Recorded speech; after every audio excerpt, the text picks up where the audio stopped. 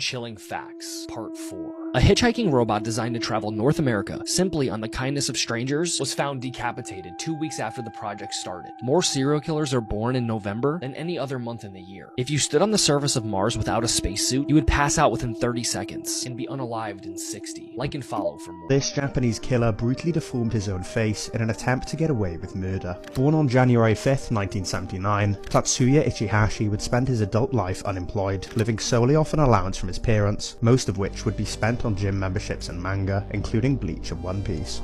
On March 24, 2007, Ichihashi arranged to meet Lindsay Hawker, a 22-year-old teacher, for an English lesson in a nearby cafe. After finishing the lesson, Ichihashi mentioned that he'd forgotten his wallet and invited Hawker back to his apartment, which was just half a mile away. Hawker reluctantly agreed, and the pair took a taxi to his flat. This, however, would be the last time Hawker was ever seen alive. Once inside the flat, Ichihashi attacked Hawker, viciously beating, raping and strangling her, until the cartilage in her neck broke. Ichihashi then proceeded to bury the corpse in a bath on his balcony, using a mixture of sand and compost soil in an attempt to speed up the body's decomposition. Hawker was quickly reported missing, and the police arrived at Ichihashi's apartment on the evening of March 26th. However, they failed to make the arrest, and Ichihashi fled on foot, marking the start of a 2-year-long manhunt. During this time, Ichihashi worked a number of odd jobs to get by, and spent a large portion of his wages on cosmetic surgery to alter his appearance in an attempt to avoid arrest. However, on November 10, 2009, he was finally caught by police, following a tip-off from his plastic surgeon. The 28-year-old was tried and sentenced to life in prison, where he remains to this day.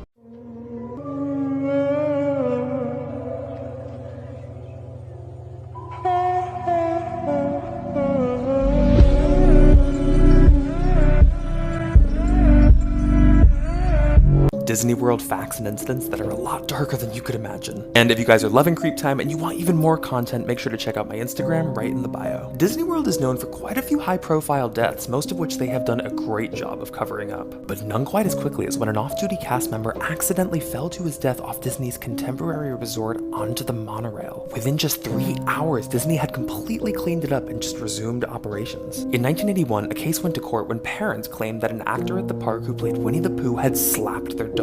But this cast member insisted that this was just a case of turning around and accidentally knocking the little girl over, and actually proved this to a jury in court by repeating the incident while dressed in costume. In the early 70s, at an attraction known as the Carousel of Progress, in which the stage rotates a full 360, the attendant, who was 18, was crushed between the stage and the wall. Even more chilling, there is an audio recording that exists of this exact incident. This 14-year-old TikToker brutally murdered her disabled sister. Born in 2007, Claire Miller grew up in Pennsylvania with her parents and her older sister, who suffered from cerebral palsy. Claire had a fairly normal childhood and would spend her free time in her room posting videos on her TikTok account, with the content mainly focused on dancing, lip-syncing and anime. She quickly grew an impressive following of over 22,000 people, but this was not enough to satisfy her need for attention. Her older sister Helen was wheelchair-bound and required constant care. Claire grew jealous of this, feeling that her older sister overshadowed her, and in the early hours of February 22nd, 2021, Claire snapped. She snuck into her sister's room around 1 AM, armed with a knife from the family kitchen. Claire stabbed her sister several times in the neck,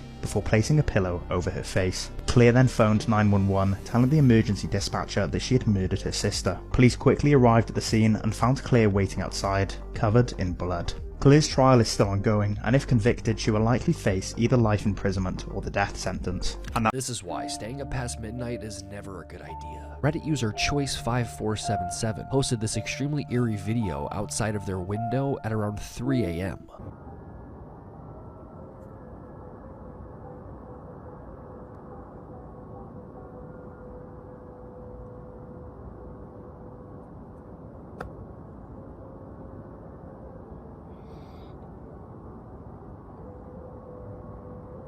Disturbing facts that will ruin your life. There used to be real human remains in the Disneyland's Pirates of the Caribbean ride. There are at least 200 corpses on Mount Everest.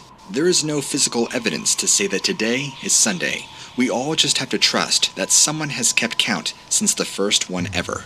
The human brain not only named itself, but it also recognized that it named itself, and was surprised when it realized that. No one knows exactly how anesthesia works. Anytime they put you under for a routine operation, there's currently no scientific explanation for why you are unconscious. Hit the plus sign if these disturbed you. Tiptoe through the window by the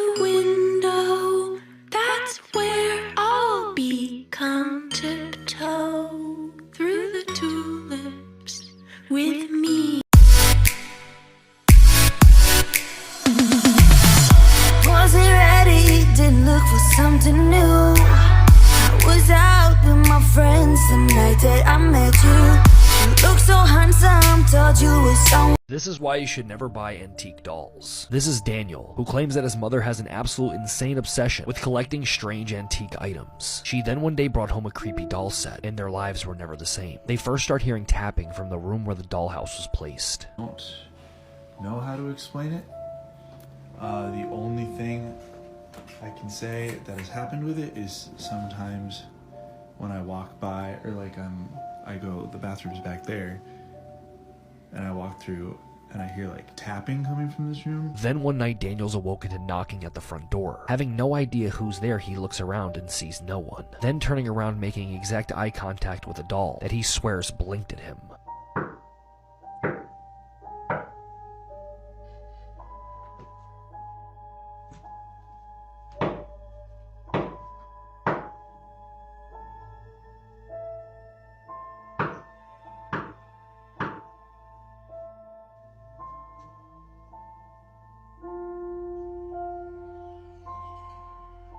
I swore I saw the doll blinking. Had to take a closer look.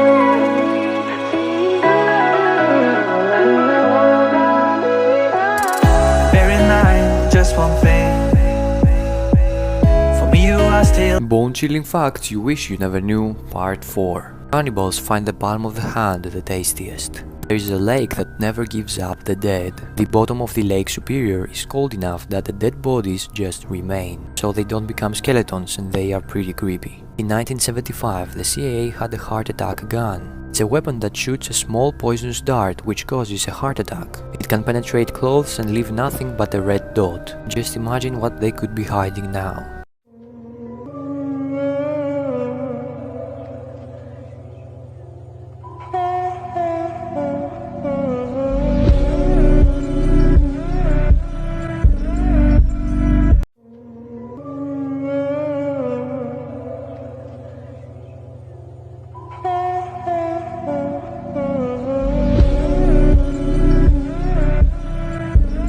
This is why most people are terrified of working the night shift. A Reddit user uploaded this extremely disturbing video, where his father is working the night shift, and as he's looking over the security footage, he notices something that makes his blood run cold.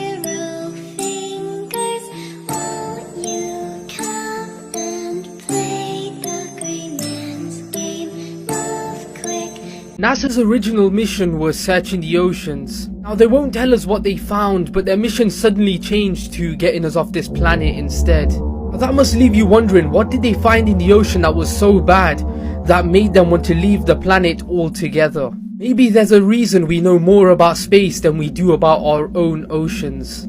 This 12-year-old girl brutally murdered her entire family. Born in 1992, Jasmine Richardson grew up in Alberta, Canada with her parents and younger brother. Richardson was described as a happy and friendly girl. However, in early 2006, this would all change. While at a local punk rock concert, Richardson met 23-year-old Jeremy Steinke, and the pair quickly began dating despite the 11-year age difference. Steinke claimed to be a 300-year-old vampire and would often wear a vial of blood around his neck. This behaviour, along with the couple's vast age difference, led to Richardson's parents forbidding the couple from seeing each other. After hearing this, the pair decided that the only way they could be together was to kill Richardson's parents, and on April 23, 2006, the couple stormed the Richardson house, fatally stabbing her mother and father, before going upstairs and viciously slitting her brother's throat.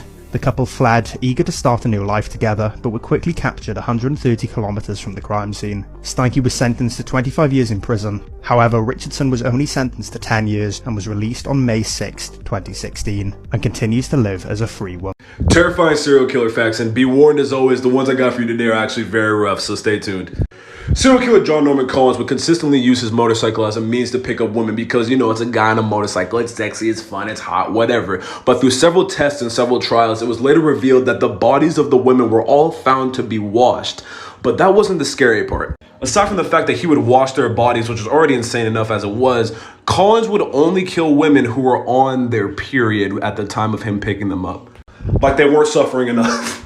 I may have brought this one up before, but it doesn't get talked about enough, and that's the fact that Robert Hansen used to pick up women and let them loose in the Alaskan wilderness just so he could hunt them down and kill them because he thought it was too simple to just pick up a girl and kill him, and he wanted a challenge.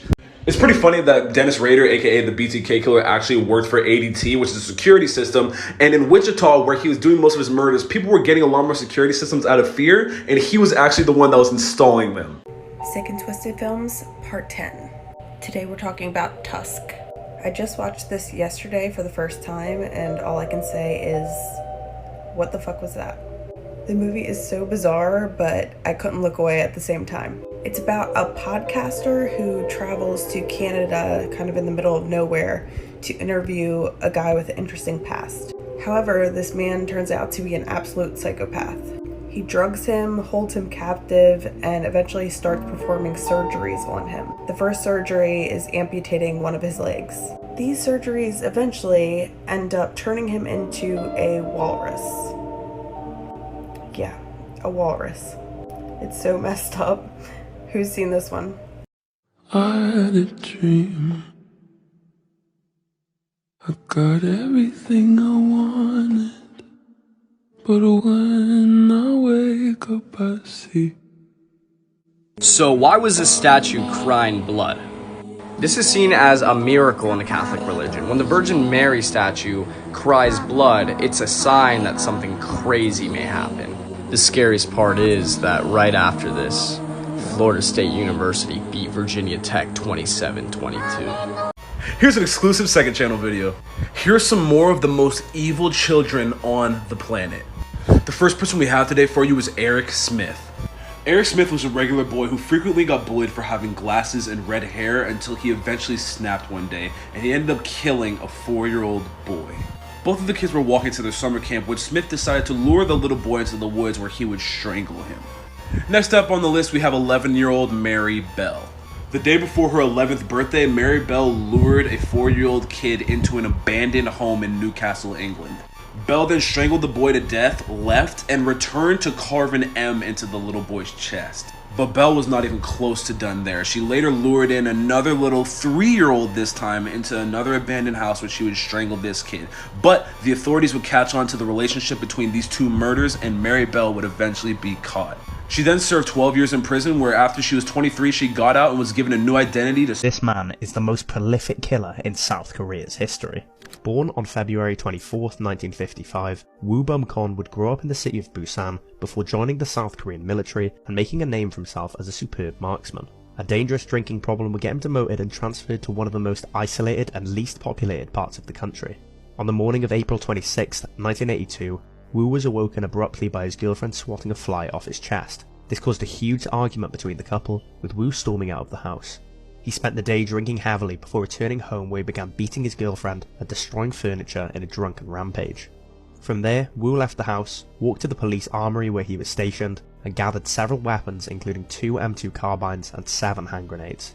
Woo then went on an 8-hour killing spree, shooting pedestrians, local store workers, and even using his police uniform to convince people to let him inside their houses, where he would brutally kill all the men, women and children inside. In the early hours of April 27th, Wu was cornered into a farmhouse by a group of 37 police officers. When they made a move to arrest him, he detonated 2 grenades, killing himself and 3 hostages. In his rampage, Wu killed a total of 57 innocent people and injured a further 35. And that's why these are amazing, terrifying, scary landmarks right here in the United States. Here we go. One of the first known serial killers in the United States was H.H. Holmes.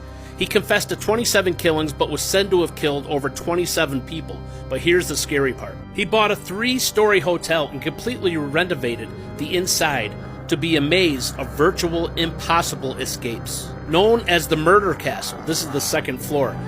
He actually built this hotel knowing that it was next to the World's Fair to get easy victims. He would hire different construction workers to do different rooms, different parts of the time, so that they wouldn't catch on to him. He had doors in there that only opened to a brick wall. He had doors that only opened from the outside, and he even had suffocation rooms. He would also make his victims go into a safe that held a person, and he would lock the safe as they suffocated to death. He was apprehended in November of 1894 and sentenced to hanging. His last words were, "The evil ones, Danza's my sponsor."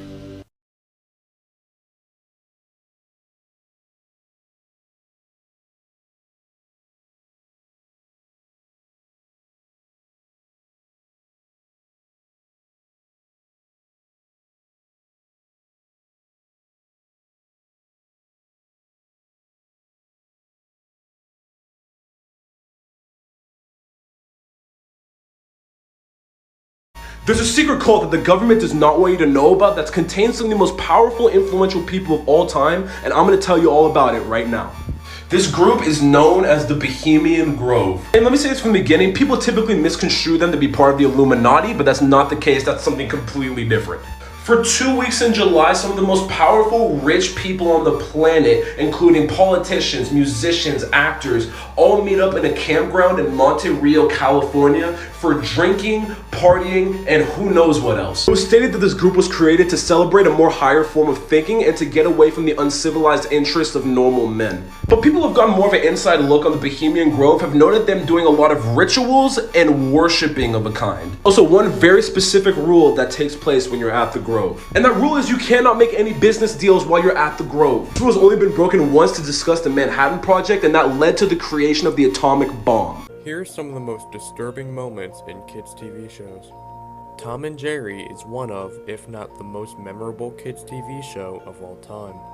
However, on November 16th, 1956, MGM Studios released an episode called Blue Cat Blues, which installed fear in every child and even some adults who watched it.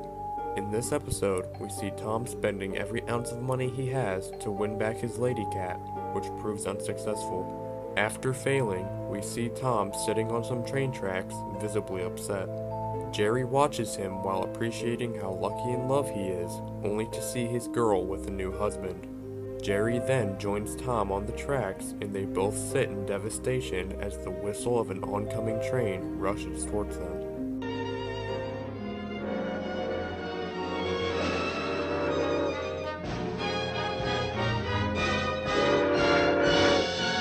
This is the disappearance of Kevin McAllister. On December 22nd, 1990, the McAllister family of Chicago, Illinois packed themselves up for a vacation to Miami, Florida. A vacation that Father Peter McAllister was somehow able to afford as a day trader in Chicago? The suitcases were packed, the alarms were set, and the Pepsi was taken easy on, so that Cousin Fuller did not wet the bed. Go easy, little buddy. On December 23rd at 8:40 a.m., the McAllisters headed to the airport. What mother Kate McAllister did not realize was that she would prove to be what the French call les incompetents. They left their son Kevin at home, alone. When the plane landed, Kate phoned police and a welfare check was conducted at the home. But it was reported to the family that Kevin was missing. That's when Kate McAllister left her family in Miami and headed back to Chicago to locate her son. Little did she know she'd never make it, and she was last seen at an airport in Scranton, PA. Kate was last seen with this mysterious group of men, all carrying tubas. She was never seen again. The only clues left behind were this bucket of paint, a broken picture of Buzz's girlfriend, Wolf, and traces of flesh on the floor, supposedly belonging to a bald head. So what do you think happened to Kevin McAllister? Was it the Wet Bandits, who were charged with criminal robbery and aggravated water damage on the same night of his disappearance? Do you think it could have been a local pizza delivery driver who got stiffed by Kevin and sought revenge on the little brat? Keep the change, you filthy animal. What about the spooky neighbor who had an estranged relationship with his son? Were we supposed to care about this plot point? What happened to Mrs. McAllister? And who are these large men? Is she in the tuba? Oh, okay. 911, what's your emergency? Hi, yes, I'd like to order a pizza for delivery. Pizza? I think you've dialed the wrong number, ma'am. I don't think so. Do you still have the cheesy crust? The address? Sure, it's 235 Hayward Street, apartment 3F. Ma'am, are you in danger? Is someone making you feel like you can't speak freely? That's right. I understand. My name is Grace, okay? And help is on the way. I need you to tell me how many people are in the apartment. Would a medium pepperoni pizza be big enough for 2 people? What are you doing? I said large. Okay, so there's one other person with you. Is that who I'm hearing? Yes, that's right. Okay, you're doing really great. Can you tell me your name for the order? The name on the card is Kristen Smart. Okay, Kristen, and is the person threatening you armed? Mm-hmm. Move the paw! Come on! Okay, if he's armed with a gun, I want you to ask for extra pepperoni. Top of my favorite series, terrifying facts about serial killers. And as always, warning, because these are rough. Serial killer Albert Fish used to kill people and eat them. On top of that, Fish was just really a demented person. He initially had his sights set on this one specific boy who he wanted to kill and eat. But when he met this boy's little sister, his attention shifted onto her, and she didn't make it out of that. Fish killed her, ate her flesh, and drank her blood, and then sent a note to his victim's mother explaining how good her daughter's blood tasted. And threw him into pools of slimy water you will see all along the road going to North Beach. I came home with my meat.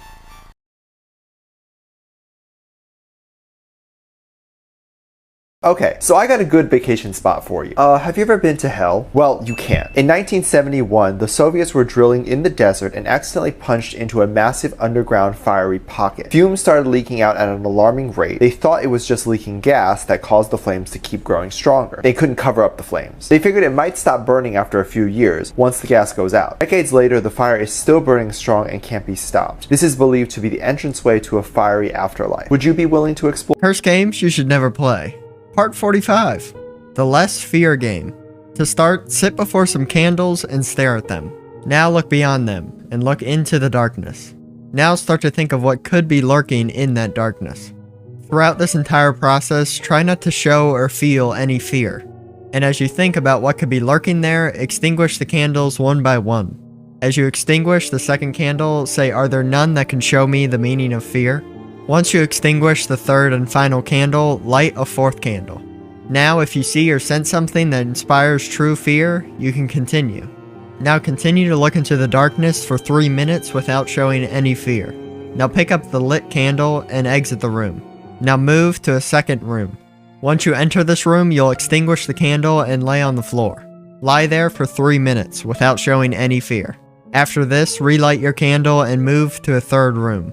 Once you're in this room, you'll be met with something. They'll respond kindly and shake your hand, and they may even embrace you. Remain in this position for 3 minutes, and then turn your back to it, and say thank you for your thoughtful visitation. Now you'll want to exit the premises and go to a safe space. You'll want to go to sleep here, and once you wake up, you'll find a gift. This may be something physical or something like a good fortune. Accept it and be glad, but never show fear.